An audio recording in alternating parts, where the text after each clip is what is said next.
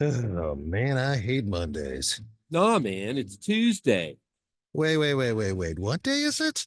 You know what day it is? Tuesday. Brewsday, Tuesday. Oh, fuck yeah.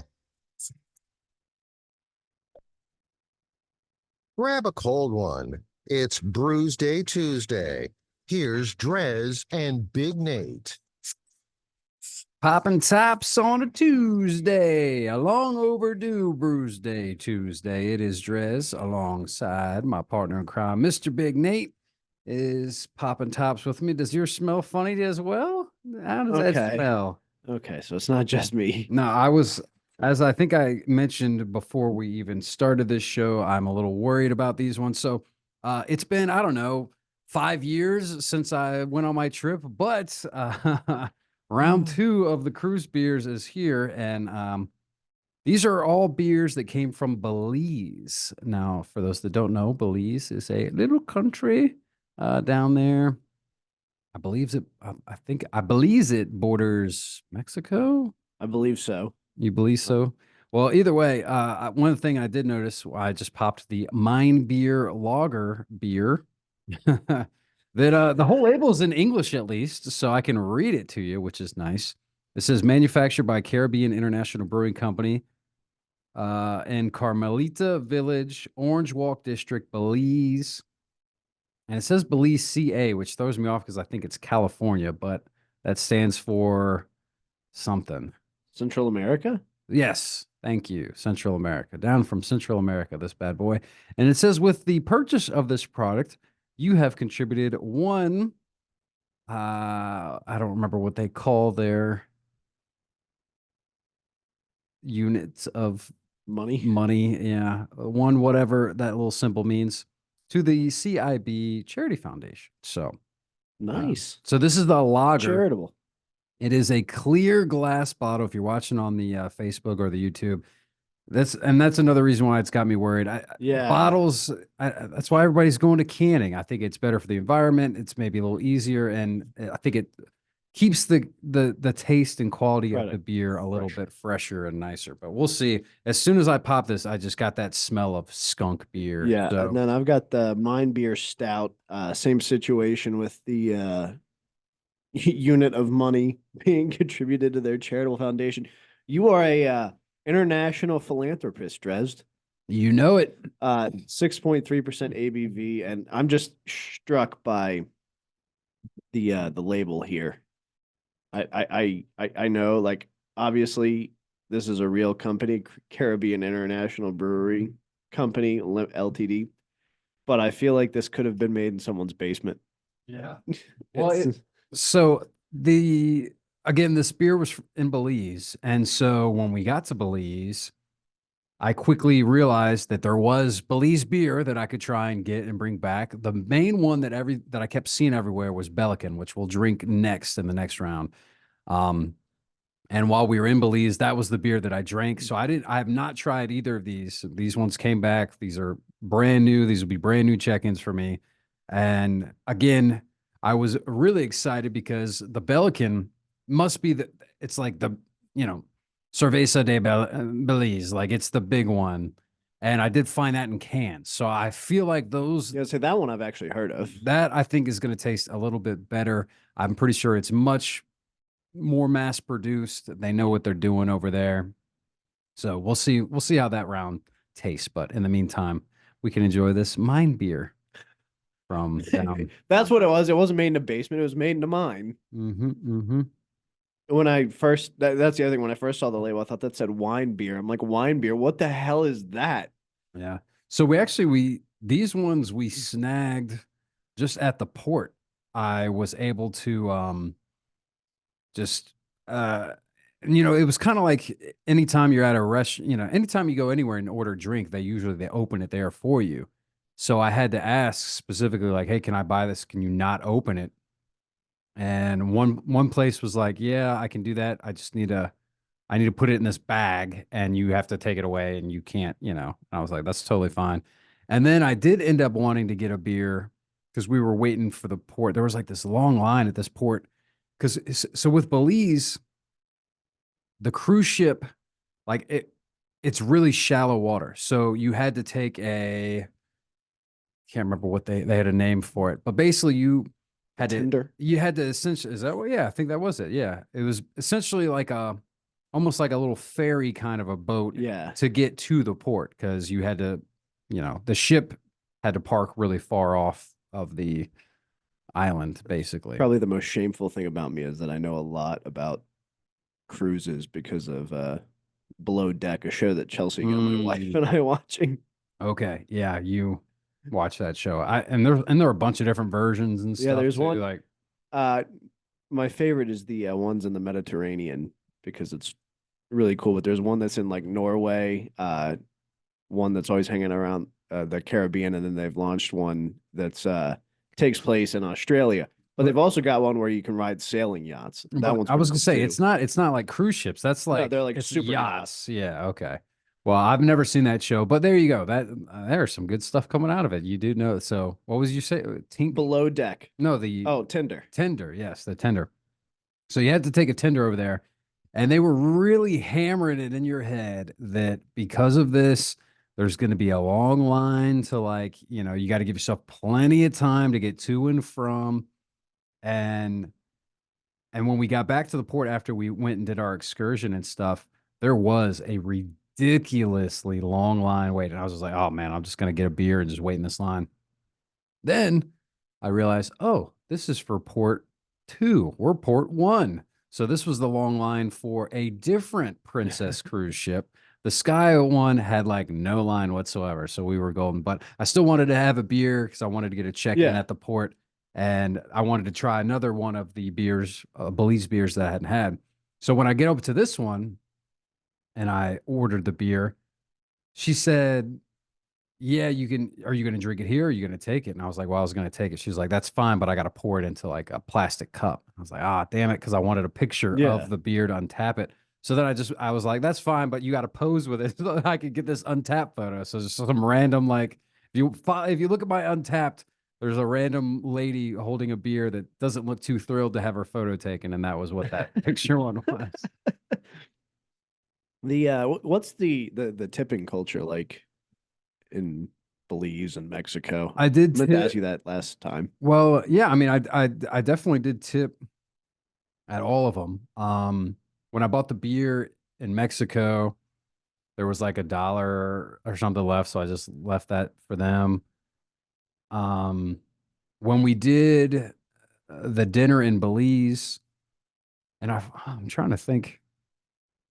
Well, the meal that we had in Mexico was that like Mayan prepared meal.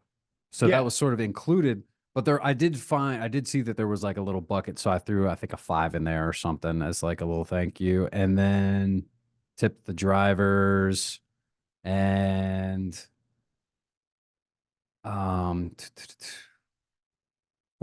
mean, they're still tipping. I mean, people, I guess they probably are used to it because it's mainly, I would imagine, Americans going down there that usually tip and stuff. So that was kind of what I was wondering because it's not like Europe.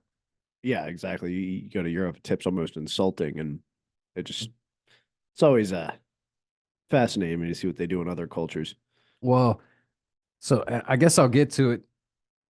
I guess maybe we could do it now or not around. But the big thing about Belize was so we didn't have, well, we were going to do our snorkeling in Honduras, but that got canceled. So and we couldn't snorkel in Cozumel as planned because the weather was so bad. So the weather's nice, but we don't have any excursions or anything planned. So we're like, all right, well, we'll just try our luck. We'll get off the ship and see if we could just find, some dude holding up a sign that says snorkeling. And sure enough, I saw a dude holding up a sign that says snorkeling. So he was like, do you have anything booked? We're like, no, we don't. He's like, that's cool. He's like, I'll walk. He walkie-talkied to see if he could find us a place, and it sounds like it. So then we're waiting. He's like, all right, we'll just hop in. I got to deal with these other people that do have excursions planned. So just stay here. We'll get you on the shuttle over to where their offices were or whatever, where we'll get sorted. So then we stand there, and then people are getting on. They just bring these little vans around, and there's all these people waiting. They got this, whatever company this is, has got a lot of excursions, a lot of people. So we keep kind of thinking, all right, well, these are the people that definitely have it. They should get on first. And then by the fifth van, we're like, okay, well, we'll just get up in here and do it. So we finally do it. And then we ride in this van for, I don't know, 400 yards. And then they let us out. I'm like, oh my gosh, I we could have been- walked we that. could have been here so long ago because we were waiting for all these shuttles. And no wonder they're doing it so quick because it's like 10 feet away. So then we get out and then we're waiting because then everybody, you check in, you get a wristband, depending on what excursion you're doing, whatever. We get the purple wristband, I believe. Maybe it was an orange wristband. I don't know. But we just went up there and we're like, hey, the dude said that you could probably squeeze us in. Did he say which one? Did he say how much? And I was like, yeah, it said it'd be like $60 a person. It's this one. He's like, okay. So then we go and wait with them. Then they say, all right, well, there's construction over this way, so you'll have to walk, even though it was just another 400 yards. So basically, when it was all said and done, we just walked back because it was obviously not far at all. But we did manage to get in on the, what did they call it? It was the Stingray and Shark Alley snorkeling tour. So Nice. basically, you do 3 different stops on the tour. One is at this island called Cochico or something like that. See, this is so damn long ago. I should have made notes and done something. Calker Bay. I have no idea. I don't remember anything at this point. But so we stopped there first, and so you can kind of change if you need to. And they showed us where we're going to be eating. It's just a restaurant. I'm sure they get kickbacks or whatever, but so that's where we're going to eat. So then we went and did the kind of coral-ish, I guess, snorkeling first, which was good. They did the Shark Alley later, and that was more impressive. So that was good. So it was okay. Nothing too special. They made us snorkel with, like, we had to bring a life jacket. So basically they were like, if you're experienced, what you'll do is you basically just strap this to your wrist and then it can float behind you, but it still was getting in the way. It was a pain in the ass. It really was a damper on it. And I made the mistake of getting flippers when I don't need flippers. And so then that sucks as well. So BB had the forethought not to use the flippers. And so I regretted that, but it was all right. We had this guy yelling at us to kind of keep us in the group. Yeah, that part kind of sucked. Whatever. So then we go to the other spot, which was the Stingray and Shark Alley. And basically they kept telling us that, they're docile, don't worry, just, let them come to you. Basically made it sound like they're just used to people. And they were, obviously.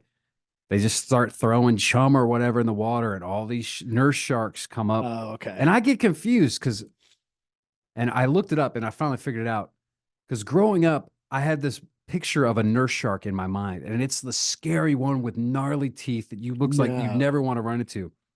That's the goblin, I think. No, not the No, goblin. The goblin's got the weird nose. Yeah. I looked it up. That is oh gosh. Lemon? It was so long ago that I got to remember. The confusion was it's also known, whatever it is, it's also known as a gray nurse shark. And that was why I always thought of it. Yeah. Sand tiger shark, Yeah. also known as, those ones look scary. And because growing up, they must have been nurse shark or a gray nurse shark, and I got it confused. So forever, I always think nurse shark, I think of these scary looking ones. The nurse sharks are the chill ones that I don't even think they have teeth. No, Maybe like really far down or something. they kind of have their mouths are weird. They've got like these kind of little suction little holes kind of a deal. So basically they said, we'll feed the sharks. You don't feed the sharks, because if you try and feed them, they will like grab your hand. But otherwise, they're totally cool. I mean, so basically they're chumming the water, and then there's just all these sharks, and they're like, get in. I'm like, okay. I don't know if I don't know. So I think she might have posted a video of that, maybe not. It might be on our in a foreign country. You got loaded into a van by a stranger, Yes. taken on a boat by a stranger to Yes. somewhere where they're chumming the water for sharks. And they say, get in. Get in. And you do it. And the other thing was like the stingrays.